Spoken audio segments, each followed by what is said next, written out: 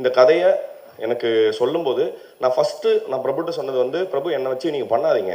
ஏன்னா அந்த சமயத்தில் வந்து நான் ரொம்ப சின்ன சின்ன கேரக்டர்ஸ் பண்ணிட்டு இருந்த ஆர்டிஸ்டாக தான் இருந்தேன். என்னை வச்சு யாரும் பண்ண மாட்டாங்க, நீங்கள் வேறு யாராவது வச்சு பண்ணுங்க அப்படின்னு சொல்லியிருந்தேன்.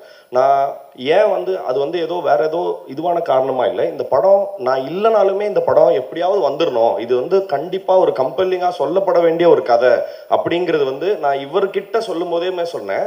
இது இஃப் இன்கேஸ் இது வந்து உங்களுக்கு நாங்கள் செகண்ட் ஹாஃப் வந்து கோகர்னாவில் ஷூட் பண்ண போகிறதுனால இது பெரிய பட்ஜெட்டாக இருக்கும். நான் குட் நைட் அப்போ ரிலீஸ் கூட ஆகலை. அப்போ நான் இவர்கிட்ட நான் கதை சொல்லும் போதே சொன்னேன், தலைவா வேறு யாராலும் கூட வச்சு எடுங்க, இந்த படத்தை மட்டும் எடுத்துருங்க, ரொம்ப முக்கியமான கதைன்னு சொன்னேன் அன்னைக்கு.